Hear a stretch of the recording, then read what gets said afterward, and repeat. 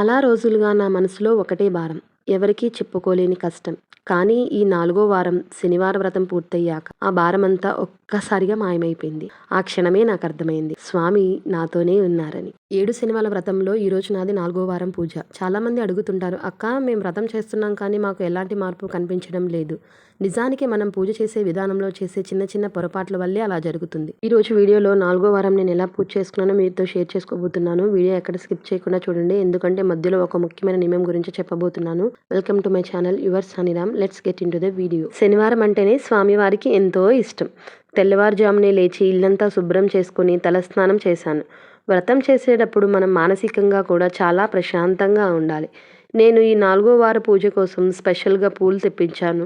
అలాగే స్వామివారి ఫోటోని తులసి దళాలతో అలంకరిస్తే ఆ కళే వేరు కదా. మీరు ఈరోజు ఏ పువ్వులతో అలంకరించారో నాకు కామెంట్ సెక్షన్లో తప్పకుండా కామెంట్ చేయండి. ముందుగా పీఠం అది సిద్ధం చేసుకొని పిండి ప్రమిదలు అన్నీ కూడా రెడీ చేసి పెట్టుకొని ముందుగా వినాయకుడి పూజ స్టార్ట్ చేశానండి. ముందుగా వినాయకుడికి నేను దీపారాధన చేసుకొని స్వామివారికి అష్టోత్తరాలతో పూజ చేసుకున్నాను. తర్వాత స్వామివారికి నైవేద్యం చూపించి ధూపదీప హారతులు చూపించానండి. చాలామంది అడుగుతున్నారు, అక్క దీపం ఏ నూనెతో వెలిగించాలి అని. నేను ఆవు నెయ్యి కాదండి, నువ్వుల నూనె వాడుతున్నాను. స్వచ్ఛమైన నువ్వుల నూనె, అంటే గానుగ దగ్గర నుంచి నేను తెప్పించుకున్నానండి నువ్వుల నూనె.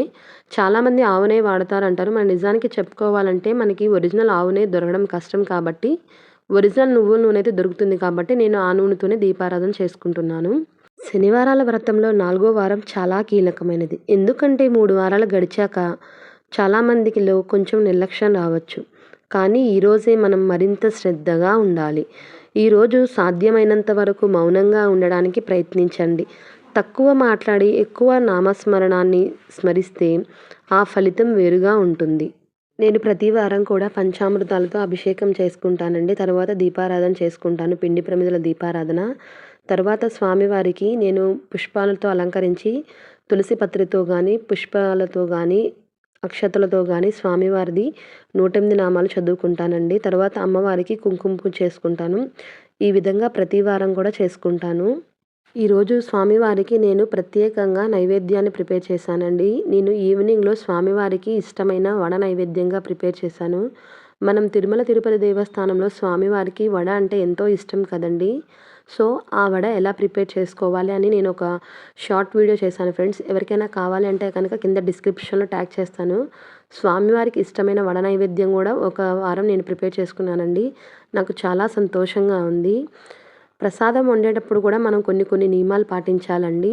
ఉల్లి వెల్లుల్లి వాడకూడదు. ప్రసాదం చేస్తున్నప్పుడు ఓం నమో వెంకటేశాయ అని చదువుతూ చేస్తే ఆ ప్రసాదం అమృతంలా ఉంటుంది. మీరు ఈరోజు ఏ నైవేద్యం పెట్టారో కామెంట్ బాక్స్లో తప్పకుండా కామెంట్ చేయండి. వ్రతం మొదలుపెట్టిన 1వ వారం చాలా చక్కగా జరిగిందండి. కానీ 2వ వారం నుంచి నాకు చిన్న చిన్న ఆటంకాలు వచ్చినాయి. స్వామివారికి సంబంధించిన పూజా సామాగ్రి ఇవంతా కూడా ఒక షాప్లో మర్చిపోయానండి. ఆ రోజు నైట్ 10:30 అయింది.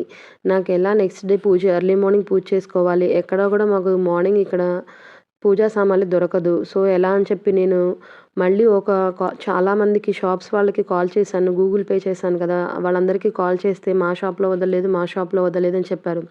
కానీ ఏది ఏమైనా సరే స్వామివారు నైట్ నాకు 10కి సామాగ్రి ఎక్కడుందో కూడా నాకు చూపించారండి. దారి ఎలా ఉంది ఎక్కడుంది అనేది కూడా. కానీ ఈ 4గో వారం వచ్చేసరికి నాలో ఒక తెలియని ధైర్యం వచ్చింది. భక్తి అంటే కేవలం పూజ చేయడమే కాదు, స్వామిపై నమ్మకం ఉంచడం. అందుకే ఎవరైనా సరే పూజ చేసేటప్పుడు మీకు మార్పు కనిపించకపోతే గనక ఒక్కసారి మీరు స్టార్ట్ చేసిన దగ్గర నుంచి ఇప్పటి వరకు కూడా మీ జర్నీని ఒక్కసారి గుర్తు చేసుకోండి. ఆ స్వామి మిమ్మల్ని అస్సలు ఎక్కడా కూడా వదిలిపెట్టడు. ఇది మాత్రం నేనైతే ఖచ్చితంగా చెప్తున్నానండి. ఎందుకంటే నేను స్వయాన అనుభవించాను. అదేవిధంగా చాలామంది తెలుసుకున్నాను కూడా. మన సబ్స్క్రైబర్ కూడా మొన్న ఒకరు కామెంట్ చేశారండి, ఈ పూజ చేస్తున్నప్పుడు స్వామివారు స్వయంగా ఎదురుగా వచ్చి నాతో మాట్లాడారు అని చెప్పి కామెంట్ చేశారండి. నిజంగా ఆ కామెంట్ చూసినప్పుడు నా మనసుకి చాలా సంతోషంగా ఉంది.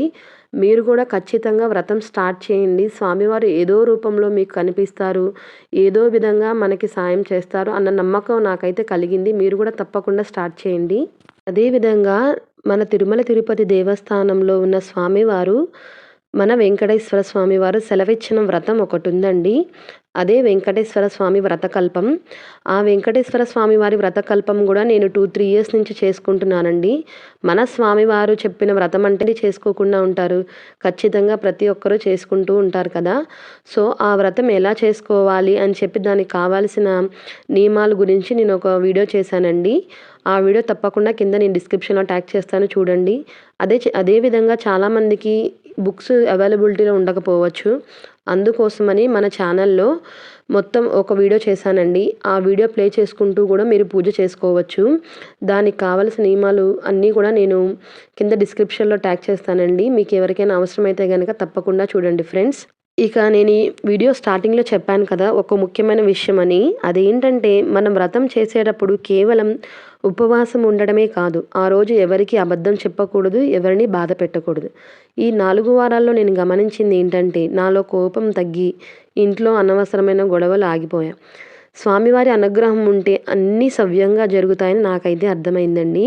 మీరు కూడా ఇలాంటి అనుభవాలు ఉంటే గనక నాతో కింద పంచుకోండి ఫ్రెండ్స్. సో, చాలామందికి ఈవినింగ్ ఏ విధంగా పూజ చేసుకోవాలి అని తెలియకపోవచ్చు కదండీ!